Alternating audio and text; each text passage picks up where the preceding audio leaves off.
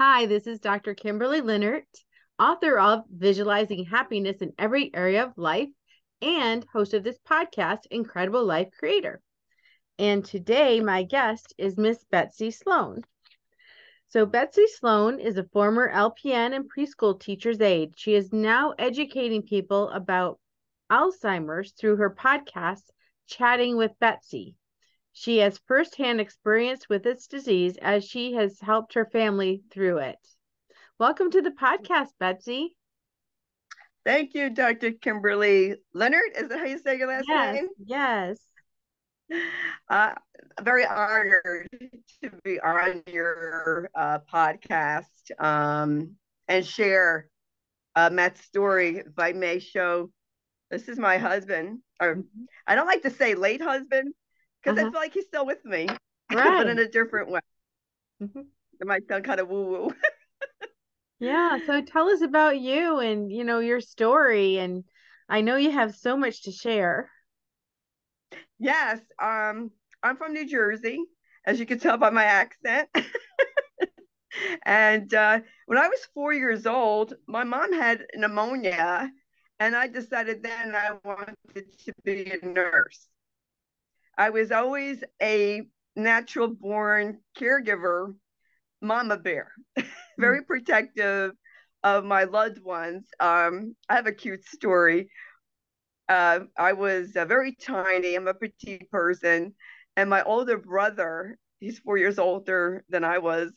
He was getting beaten up by a neighbor. Our neighbor boy was sitting on top of him. I ran out in the backyard. I slapped the kid across the face, and I said, "You leave my brother alone." Smacked him in the face and ran back in the house. And my mom was like, "I can't believe you did that." Well, my mother wasn't doing anything, and that's me. Like, I Uh-huh. gotta do something to help somebody, and I've always been that way. Um, I have a son who has a cognitive disability. His name is Joshua. He's 38 now. So I didn't know back then I was an advocate, but I had to fight for him. Diagnosis, getting what he needed. And if it wasn't me, no one else was going to speak up for him. Mhm. So that brought out my mama bear a little more. um, well, I should say prior to that, Matt and I met in originally met in 1977, but we got married in 1980, November 1st, 1980.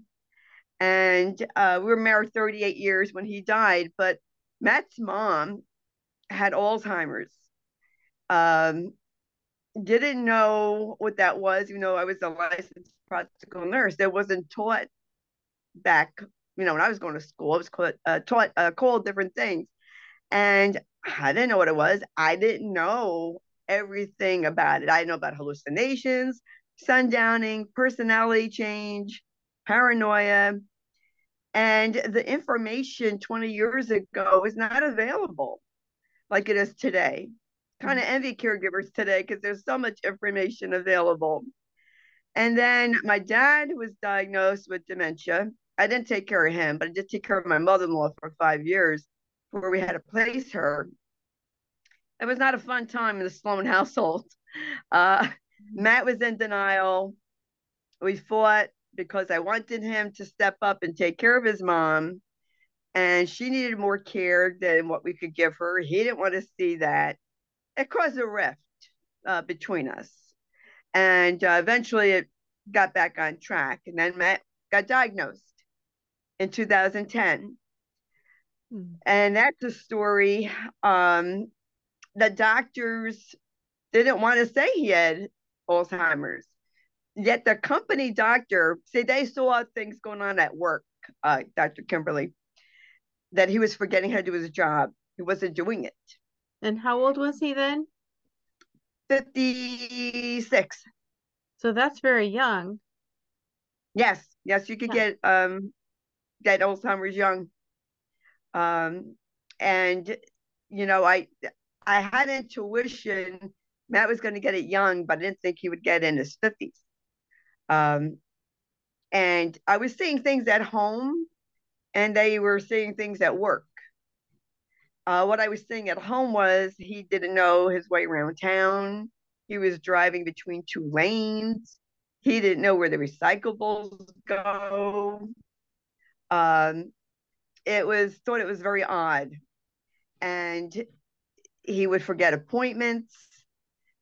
And unknown to me, because Matt wasn't telling me what was going on at work, or he forgot. Work couldn't tell me about Matt because of the HIPAA laws.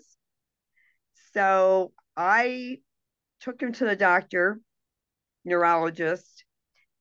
They didn't think there was anything wrong with him, although his first MRI showed global shrinkage and his brainwaves was abnormal, said suggestive dementia. The company doctor, and I don't know if she saw him in person or not. She talked to him over the phone. Really had intuition that he had dementia. She said, I believe Matt has it. I hope it's reversible. You know, if he has a thyroid problem, or maybe there's some kind of chemical imbalance, maybe it could be reversed, or vitamin. But she said, I really don't think so. And she knew. And she didn't see any test. Excuse me. And he was tested by a neuropsychologist. I didn't know back then in 2010, but I know now. And she said he can't possibly be that bad. Now, I have heard this, Dr. Kimberley, from so many caregivers where the examiner is blaming the patient. And, you know, I mean, they're coming to you for help and you're accusing them of not cooperating. And I said to Matt, even before the test, I said, please cooperate. This test is expensive. He said, I did, Betsy. She didn't believe me that I couldn't remember what she just showed me. Now he's coming to you for memory problems. Mm. I don't understand it. But he had a disability meeting at work. It was the first time in the history of the company that they let a spouse in on the meeting because they knew Matt wouldn't remember. Now Matt was like, oh, they want you to come to a meeting, Betsy. I said, Matt, you're getting canned. Oh, no. They just want to see how I'm doing. I said, Matt, if human resources want to know how they're doing, they can call you up on the phone. They don't need to come to New Jersey. They were up in Connecticut. Mm-hmm. And I was stunned. I was stunned. I was in tears. I couldn't help it. And they said, you know what Matt did? Thankfully, he wasn't fired. They could have fired him, but they knew that something was wrong. And I said, Matt, do you know that you did this? But they say so. Like he didn't even know, which is common. And so, you know, his medical doctor's primary, I told his primary, because Matt was in the hospital in 2009, I said, Matt's memory he's having problems. He goes, oh, no, he's fine. So when his primary care doctor got the note from the company doctor, he called me up. He said, Betsy, holy blank, what's going on? I said, I told you he's having memory problems, but you didn't believe me. And Dr. Kimberley, to get a proper diagnosis with Alzheimer's is very hard. Sometimes it takes years. And from diagnosis to end of life was a constant fight. Actually, it's end of life. That's a whole nother story.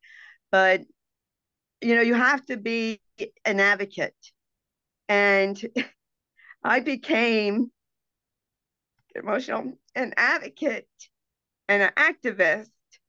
And I'm like, you know what? I can't let this disease get to me. I can't let it defeat me. I have a son to take care of.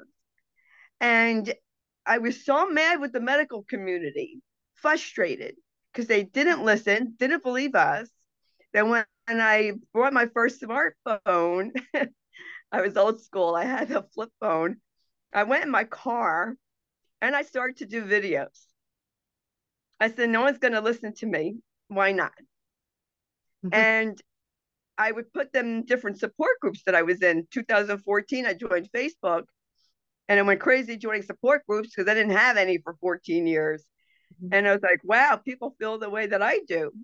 But they were ashamed to say it. And people would say to me, Betsy, you're saying what I think, but I'm afraid to say. And the response, and I know you can relate to this, Dr. Kimberley, in your work, it's so humbling and powerful that people would say, Betsy, you're helping me. Get emotional. I had one lady, she lives in France. She said, Betsy, you threw me a lifeline. She said, I thought you were this crazy lady in the car. And you said, get your head out of your ass and educate yourself. She goes, but that's what I needed to hear and to accept what's going on. You don't have to like it. Who likes it? But you have to accept it.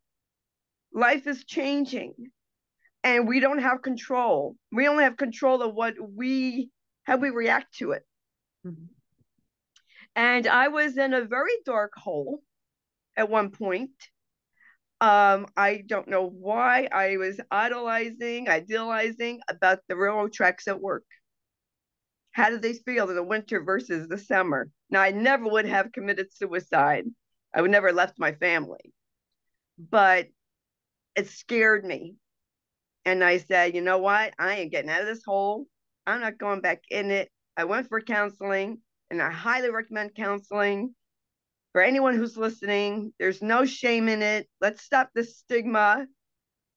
You need to go for help. You need to go for help. You need to take an anti-anxiety, antidepressant, then take it. And nobody should judge anybody for that. I'm a big mental health advocate. And I came up with I started hashtagging #kick Alzheimer's ass movement. And that's the name of my support group I started. I never saw myself as a leader. And people would say, Betsy, you should start a group. And someone who I met, Lorraine Lepore, her sister was dying at the time, and she wanted to do something. She said, Betsy, let me help you start this group. And so I did. And people say, well, why did you name it that? Because either I was going to kick Alzheimer's ass or it was going to kick mine. And I decided to kick back. People say, well, it's a disease, so how do you kick it? Well, that's figuratively. When you take your loved one out, when you enjoy life, you're kicking it. When you celebrate occasions, of course, your loved one may not remember. You remember, celebrate. I videoed Matt's journey. We celebrated everything. Even though Matt didn't know, we still celebrated. And a matter of fact, now that he's gone, I still celebrate his birthday and everything to honor his memory. And people would say, you know what, Betsy, you taking Matt out, I'm going to take my spouse out. And I see what you're doing, and I'm going to do that. And get emotional. I never thought when I went in my car that Matt's life would touch so many people. And the videos that I did would touch and teach people. And it's funny because I said to Matt, Matt would say, oh, don't, he didn't want to be placed. And I'd say, well, Matt, I can't promise you that because it depends on the situation. I said, I can't promise you one thing. I don't know how, but some way, somehow, I'm going to tell your story to the world, and the world's going to know about you. Of course, he would say, don't talk about me. He called me booby. Don't talk about me, booby. And Jeannie White, who's station manager at Preschool Talk Radio, 2018, saw one of my videos, and she contacted me, and she interviewed me for her show, asked me to speak on her show that she was starting for caregivers weekly. And I was shocked. I said, sure, I could speak, but I'm not a professional speaker. She said, that's fine. You speak from the heart. And people like that. And I got my friends to come on. And after a year, a little more than a year, she said, Betsy, I think you should have your own show. And I was like, I can't do that. I can't interview people. I don't know how. She said, you'll learn. Mm. So I say, Jeannie White discovered me, and Lillian Caldwell, who's the CEO of Passion Talk Radio, would send me press releases to interview other people and push me out of my comfort zone. So I'm thankful. Mm. I'm very thankful. Alzheimer's, yes, took away Matt, my mother-in-law, my father, but I found, Dr. Kimberly, my voice, my gifts, and I want to use them. I became a better person. And when you're faced with the terminal illness of your loved one, either you're going to be a better person or a bitter one. It's up to us to decide what we're going to do with Mm. that. Is my life the same? Of course not. Matt's journey changed me for the better.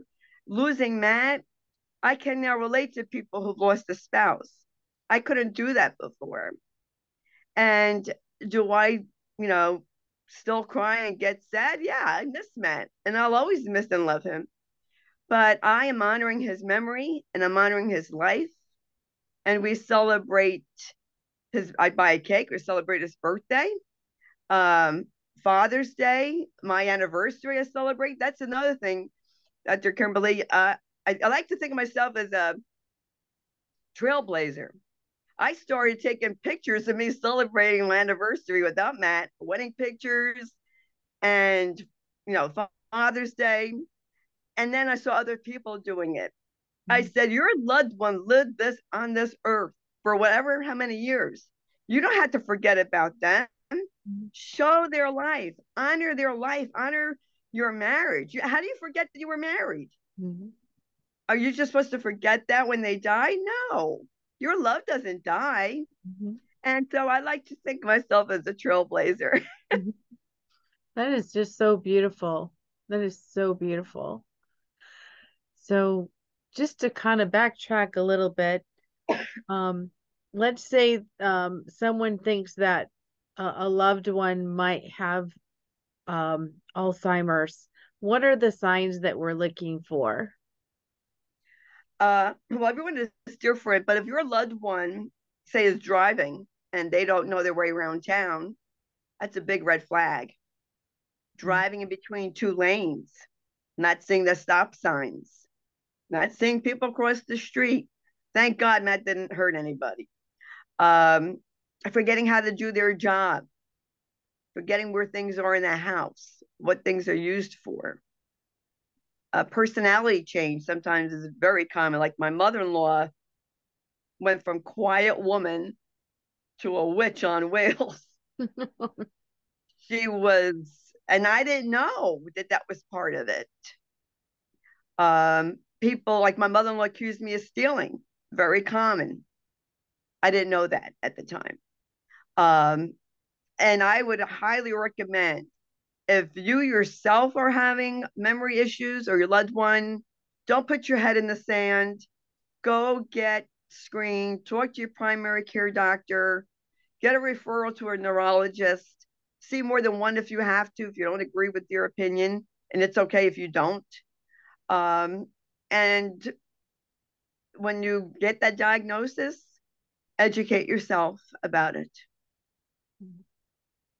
So, did those things ever get reversed? When you were talking about the company doctor, you said something about thyroid and nutrition. So, are there some nutritional things that can cause that can be reversed? Well, if you have a low thyroid, that could cause um, memory issues, low vitamin B12. If you have toxins in your body, metals, that can cause it. So need to get tested. All of that was normal with Matt. Mhm. Are there So, certain foods that you should eat that could help that? um, I I believe that everyone should eat a healthy diet. Um, if you, because heart disease, if you have heart disease, diabetes, that's like a precursor to diabetes, to dementia. If you have heart disease, you're more prone to get vascular dementia, or diabetes, you might get vascular dementia. Some people have more than one dementia. Poor, my heart goes out to them. Some people have mixed dementia. You can have vascular and, excuse me, and Alzheimer's. So try to eat and exercise. Like, I should talk. I need to exercise myself. But if heart disease runs in your family, if diabetes runs in your family, like in mine, do what you can to fight it off, by keeping a normal weight and eating correctly. If you're going to put, junk in your body, that's not good for anyone. But, that's my recommendation. And keep your brain active. Mm-hmm. Don't just sit there like a log. Mm-hmm. So are there certain activities that help bring people more present to themselves as far as I'm sure there's good days and bad days. So like, for example, taking a walk, does that help? Or having them learn how to dance, or is there something, those kind of things that can help people have more better days? Music is great.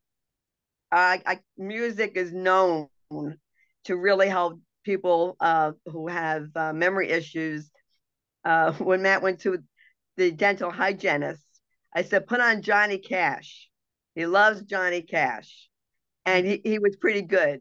They put on Johnny Cash, and they said, oh, yeah, he really liked listening to Johnny Cash. To get Matt to eat, to relax, and I give him a shower, I would put on Johnny Cash. And to stimulate their memory. Walking is great. One neurologist told Matt in the very beginning, she said, the best thing I could recommend is for you to exercise. That's better than any pill that I could give you. Get out there and walk. Mm-hmm. And he did walk till he couldn't walk by himself anymore. Mm-hmm. Brain exercises. There's a lot of different companies that have brain stimulation that helps. But physical exercise, walking, even people who like to garden, that's activity that they like to do. I like to tell people you could try an activity with someone, but if they didn't like it before dementia, they may not like it when they had dementia. Right. Like Matt would never do word puzzles. He wasn't going to do it. So I didn't bother, with it. But, just keeping their drawing, art activities, dancing, they could dance. Even if they're in a wheelchair, you could play music. They could clap their hands, move their feet if they can. Music therapy is excellent. Excuse me. So is art therapy. And when, a lot of times friends and family abandon someone with dementia because they're afraid. Don't abandon your loved one. That's when they need you the most. It's okay if they don't know you. You know them. And they know your voice. They might not recognize you because they might be thinking back when you're a little girl or a little boy. But tell them who you are. And Dr. Kimberley, I've said this for years, and I'm going to keep saying it. Dementia robs the brain. I really believe dementia cannot rob the heart of love. The heart knows love. Make no mistake about it. Mm-hmm. And what about like socialization? Because my understanding is sometimes they even forget who their loved ones are. Like they don't even realize, oh, this is my wife or my sister. They don't remember that. What about socializing with other people? How does that work for them? Are they able to interact with others, or do they just see everybody the same? Do you know what I'm asking? Yeah, it depends on the person. Matt knew who we were.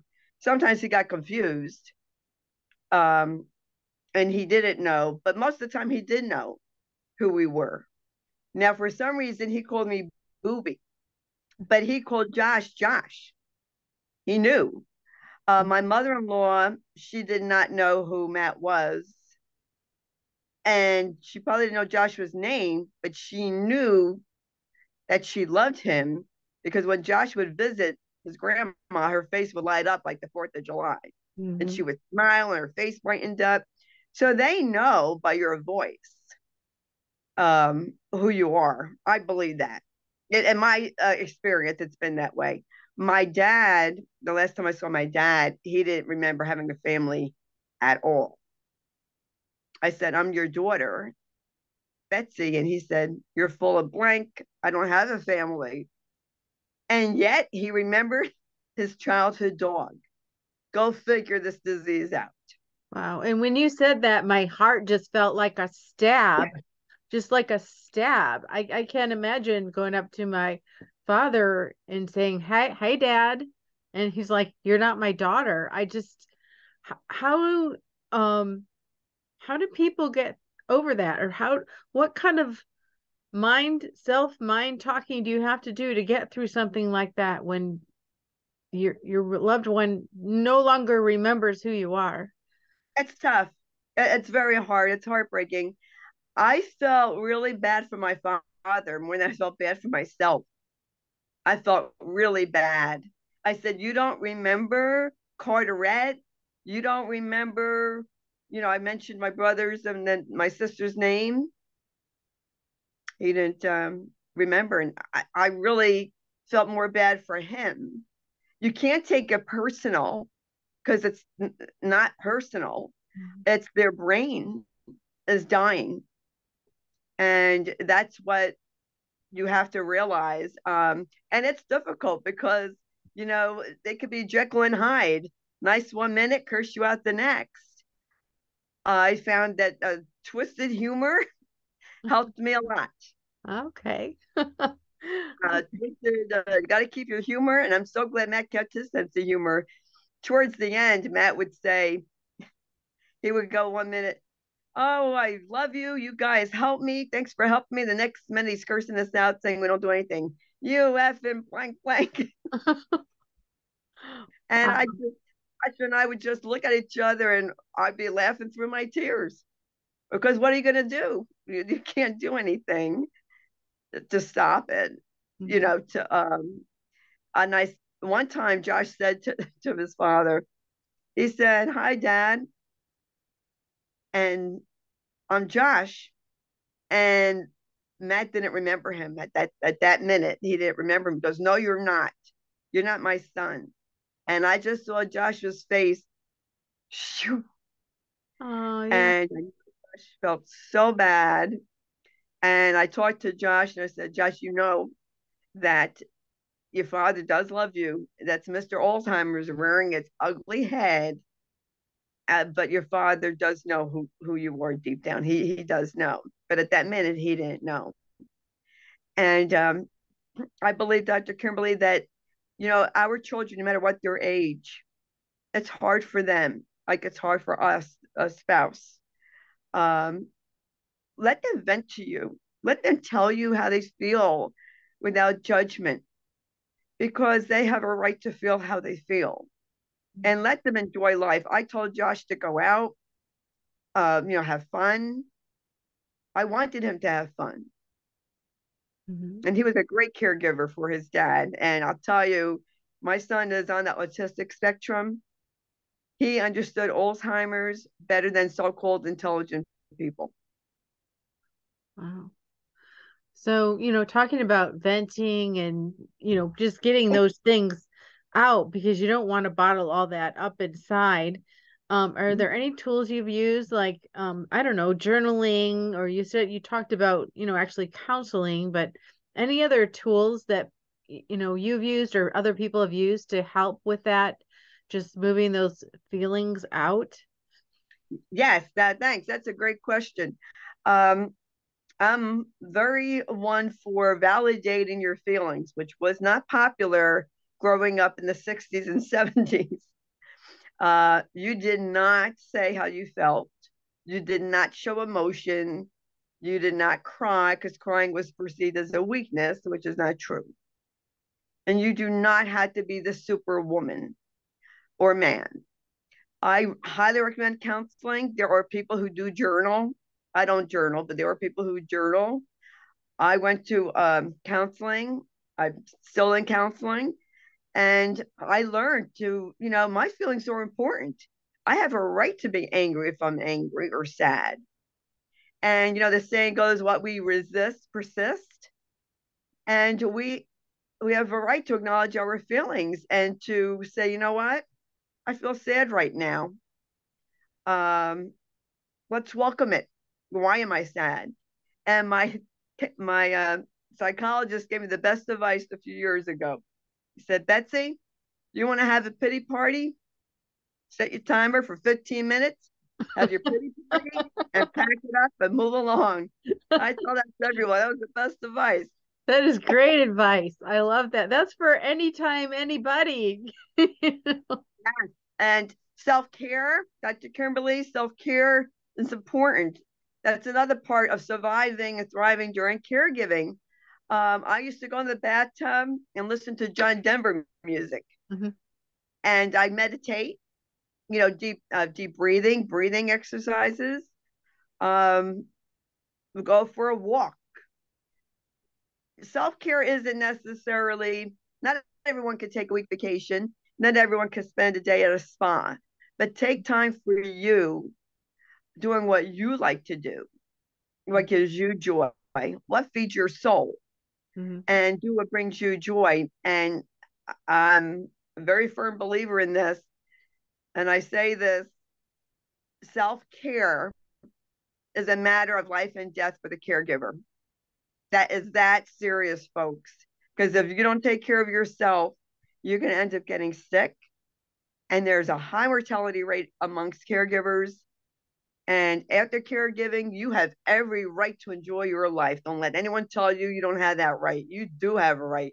If you want to go out dancing after caregiving's over with, you had that right. You earned that right to have a good time. Don't let anyone tell you or judge you. Oh, she's not crying. She must not have loved her husband, or he must not have loved his wife because they're dating already. No, it's not anyone's business. I myself am not dating. Okay, I'm not ready for that. But you know what? If I wanted to, there's nothing wrong with that. It's okay to enjoy your life. Life is to be enjoyed. Live it. Great advice. So let's say that you need more of a break than you're getting, because so many people, they're the sole caregiver for their family member. Is there, I don't know if they call it respite, or is there other people to help, and how do they find those people? Yes, there's respite. If you were a veteran, your spouse is a veteran or you're a veteran, check into VA benefits for respite. Check the Alzheimer's Association for respite. There is a Hilarity for Charity. You could check them for respite. There's different facilities maybe in your area where you could take your loved one for a week to get respite. I would check with your if your doctor is a social worker, or if you're dealing with a social worker, you could tell them. I highly recommend, if anyone can afford it, and I wish I knew about resources when that was alive, hire a caregiving consultant or geriatric nurse manager, and they can help you find respite, and also find a placement if that's needed. Always better to plan ahead than have a crisis. So let's talk about that part. Let's say you've gotten to the point where you can't take care of the person. I don't know, for some reason they become combative to the point where, you said you're a little tiny person. If you have a really big person and they're, hard to control because they have the Alzheimer's. How do you find that placement, and how do you know when it's really time for placement? That's a good question. Thank you for asking that. It's individual. I was lucky I didn't have to place Matt, but if he would have lived longer, I would have had to place him. When you're a loved one, like we had to place my mother-in-law, when your loved one needs more care than what you can give them, then it's time to think about placement. If your health is at risk, if your loved one's safety is at risk, it's time for placement. There's no shame in that. I I cannot even believe, even in caregiving groups, how caregivers will jump down someone's throat about placing their parent. And for someone to say to someone, well, they took care of you, why don't you take care of them? Let me tell you something. I worked as a nurse. I was a preschool teacher's aide, okay? It is a lot easier taking care of children than it is with someone with Alzheimer's and any other dementia. I know that firsthand. So don't judge. We have to think of what our loved ones' health, well-being, our own. And when if it's time to place someone, it's okay. My mother had a terrible time dealing with that. My father, because my father fractured his hip, he went to rehab. She took him home. I told her that, place dad. You're not going to take care of him, but she had to find out for herself. We encouraged her. We supported my mother. So for an adult child, and shame on you if you're listening to this and you said this to your parents, why are you placing mom and dad? Are you worried about your inheritance? And so you don't want your parent placed in a home? Too bad. Go get a job. Your parents don't owe you a darn thing. They took care of you already. They have a right to do what's best for them. And why lose both of them? And if you do need to have place your loved one, contact a geriatric nurse manager, a caregiving consultant. There's a lot of them. You could contact me. I can give you references, resources, and have them help you navigate the process. I wish I had help in navigating the hospice process, but I didn't. And don't wait until it's too late. Have a plan and think about, what's going to happen. What would happen to your loved one? Something happened to you. Things can change. And definitely, and a lot of people, Dr. Kimberley, feel so guilty. It's a heart-wrenching decision to place your loved one. And I tell caregivers, and caregivers have this guilt, try not to feel guilty because you did your best. But there comes a time where you cannot do it. And don't make promises. Don't tell your loved one, I will never place you, because you don't know what's going to happen. You don't know. You can't make that promise. Exactly. And then the when you place them, what kind of places are they? Are the people there all have Alzheimer's or dementia where they usually are placed? And how do you, I mean, you can never be sure 100%, but everybody's concerned about, I want them taken care of well. I want to make sure no one hurts them. How do you find a place that's a good place, and what kind of, places do they go? It depends on their situation. A lot of them do go to memory care units, and one can only hope that those people are trained. I hope they are. Sometimes they're not. And if your loved one is there, go at different times of the day. Don't go the same time every day, because then they'll know that you're coming. Surprise them. Go different times so that they never know when you're coming. And take a look around. When you visit a place, take a look around. Ask how many patients or residents are on the floor. What's their staff ratio? Does the place smell? What do the patients look like? What does their food look like?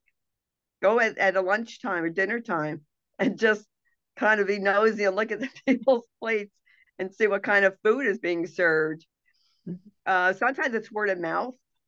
If you have work with a consultant, they could help you pick out a place. depending if you want someplace near you. There are places that have assisted living and they also have memory care units. So maybe one spouse could be in the assisted living and then one might need the memory unit. Mm-hmm. Where my mom is, she's in assisted living, but they also have a memory care unit. And, it's just and there might be a waiting list. Get yourself on a waiting list. You could always turn it down. Or not you, maybe your loved one. And just I tell people be prepared. And education is so important for the caregiver. It makes a world of difference. And I know from my own experience from when I wasn't educated with my mother-in-law and when I was educated with Matt to learn how to handle behaviors and hallucinations. It's so important. And there's so much information out there too now. Mm-hmm. So tell us about your group and your podcast and how people can hear you and how they can be a part. Oh, sure. Thank you. Yes, my Facebook group is hashtag Alzheimer's Ass Movement. And it's for anyone, any type of dementia that your loved one has. And if you are a caregiver, anyone is welcome. I welcome people from all walks of life. And if you aren't a caregiver and you want to come and learn, you're welcome, because if you're not a caregiver, you probably will end up being one. As the baby boomers are aging, you just might end up being one or needing one. And come and get yourself, educated and support. And everyone's welcome to join. Alzheimer's or any dementia doesn't discriminate, and I don't either. We have a very loving group. There's no bullying. I will bounce somebody right out. I don't tolerate bullying. It's a place of comfort and education and support. And my podcast is, excuse me, Chatting with Betsy. I talk to different people about a variety of topics. I've talked to authors, caregivers, caregiving consultants, cover mental health, big mental health advocate, disabilities. I'm also a disabilities advocate, anti-bullying. And I just cover a gamut of topics. But any topic that I talk about, a caregiver can relate to, really, most of the time. And I am on Spotify, Spreaker, YouTube, passionworldtalkradio.com, and it's free to subscribe. And I would love it if people would subscribe, because the purpose of my show is to help people know they're not alone. We all think we're alone, but we're not. And I'm here to help you. I provide resources that I wish I knew about when Matt was alive, or even when I was younger. Oh, I wish I knew back then what I know now. Mm-hmm. As far as, self-esteem, and I've interviewed a lot of different therapists, self-help. They've even offered me their courses I took, which helped me, excuse me. And I just want to help people. And that's my way of honoring Matt's life. Guess it's all because of him that I'm doing what I'm doing. Oh, that's amazing. And thank you so much for doing what you do and for touching so many people. Thank you. And my pleasure. And you know what, folks? Don't be afraid to be an advocate. You don't have to be like me, but if someone is mistreating you or your loved one, you don't have to tolerate that. Set your boundaries. And this is why it's important to educate yourself, so you could question the doctor, you could question the hospice team, and know what you're talking about. Yeah. So just a personal question. At this point, what gives you the most happiness and fulfillment in your life? Wow, that's a good one. making spending time with my son. We love to go to the movies. We weren't able to go together for 10 years. And helping people. Helping people has always given me joy and happiness. And when someone tells me I've helped them, and I don't know how I did, but they told me that I did, that gives me joy and happiness. Connecting like minded people together, supporting other people makes me happy. Beautiful. Well, thank you so much for being on the podcast today, for all your wisdom. I know I learned a lot, so thank you so much for that. Oh, you're welcome. Thank you. My pleasure. Thank you very much. Yes. So I have one last question before we finish. What is your best advice on living an incredible, amazing life? You know what? That's a good question. Be yourself. Step into your power and be yourself and trust your gut instinct and go for your dreams. Don't worry about what people think. I'm getting too old for that now. But you worry about that when you're young, all what will people think. Don't worry about what people think. Do what is right for you and just appreciate. I have a whole new appreciation for life. Appreciate every day. Every day is a gift. And live life to the fullest because it's way too short. Right. Well, thank you so much, Betsy. And we'll talk to you again soon. Thank you. Bye bye.